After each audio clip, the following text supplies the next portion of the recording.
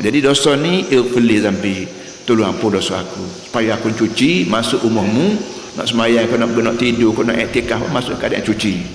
Lepas tu waftah li abwaab rahmatik, bukalah Tuhan pintu-pintu rahmat. Masjid ni store. Bagaimana kita buat store, simpan kereta, simpan beras, simpan barang jualan, simpan berapa, maka rahmat Tuhan ni ada store atas muka dunia. Store dia ialah masjid.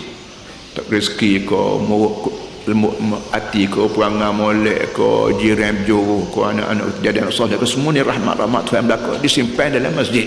Jadi bila aku nak pergi masjid, aku nak barang hak simpan di sini. Stud warna banyak mana aku nak ambil belakang. Sebab tu kita waftah li abwaab rahmatik, tolong bukalah Tuhan segala-gala pintu rahmat. Rahmat kaya ada stud dia, ada pintu dia. Rahmat sehat ada stud dia, ada pintu dia. Rahmat ilmu, rahmat apa saja pun ada rahmat ni, ada tempat dia, stud dia. Maka sebanyak mana stud berkunci ni, aku minta membuka. Ini para hadirin cara bahasa kita masuk masjid. Ada tabik cara dia, ada tabik dia, ada selawat dia.